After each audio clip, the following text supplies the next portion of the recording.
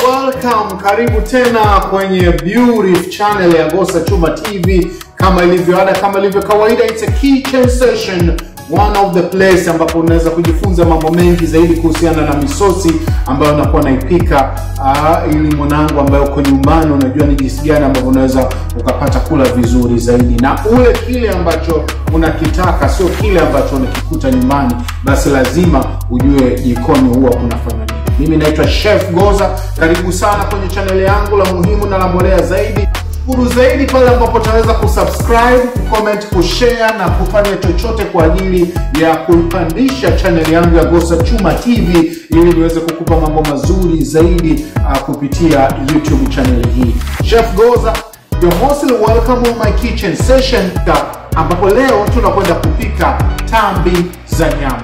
Hii ni kama repetition, lakini watu wanasema hawakuipata vizuri ile ya kwanza. Kwa hiyo leo naenda kurudia pishi la tambi za nyama, lakini tunaweka kidogo na njegere na vitu vingine kama hivyo. Kutakuwa kuna mbwembwe kibao. Achana na hizi tambi ambazo watu wanaona chakula rahisi, unaenda nyumbani, unaweka kwenye maji, unachemsha, unatia sukari nyingi na vitu kama hivyo, basi unapeleka pwani na chai, vitu kama hivyo. Hiyo ni moja ya pishi, lakini tambi ina mapishi tofauti. Leo tunakwenda kujifunza moja kati ya mapishi ambayo yanapatikana katika upishi wa tambi, na leo ni tambi na nyama ya kusaga.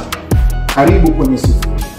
De nada amiga, de nada amigo, señor, señora, ladies and gentlemen, mabibi na mabwana, marafiki, karibuni.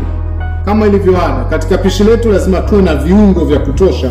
Wenyewe wanaita ingredients, vitu kama hivyo. Sijui Kiingereza kinaendaje, lakini kuna viungo na vitu vingine vingi ambavyo vinapatikana katika kutengeneza chakula.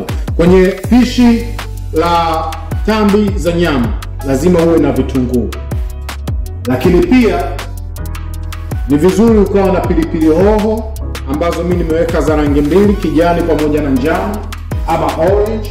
Lakini pia nitaweka mboga, ila kama unaweza ukawa unapika vitu tofauti kwa mwenyewe, unaweza ukakata carrot, lakini vile vile unaweza ukachukua njegere na vitu kama hivyo. Mimi nitaweka vitu vyote kwa sababu hapa kuna green beans ama yale maharage mabichi, lakini vile vile kuna carrot pamoja na njegere nitaenda kuzitumia.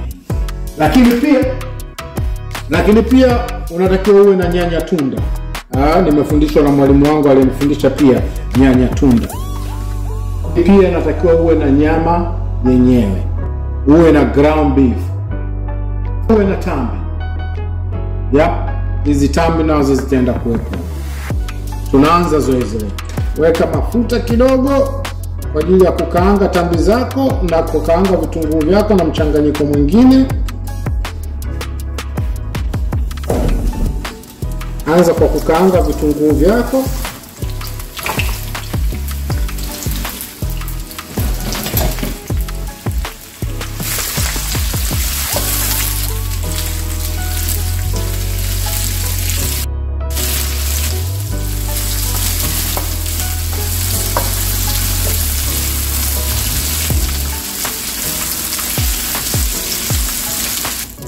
Baada ya hapo unaweka kitunguu saumu kilichochanganyikana na tangawizi. Kitunguu saumu na tangawizi unaenda kuvikaanga kwa pamoja. Weka mchanganyiko ule safi kabisa.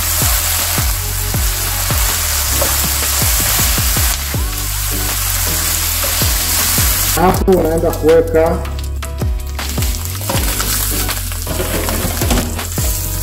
nyama yako ya kusaga. Ukaange na vitunguu.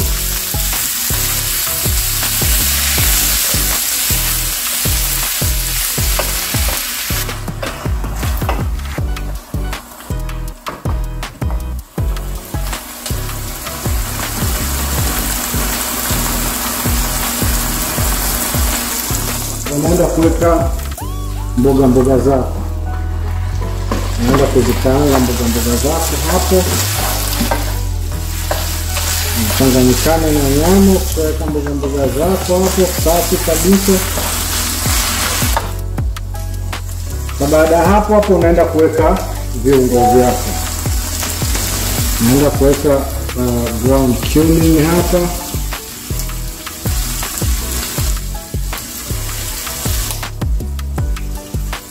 baada zile zote ambazo unaona zinafaa.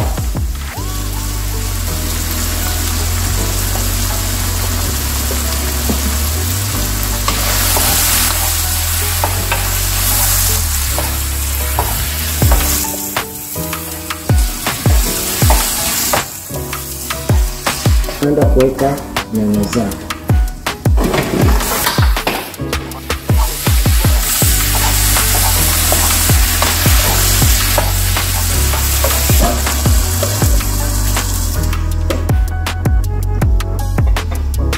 Katika kuongeza ladha hapo unaweka angalau kijiko kimoja cha tomato paste.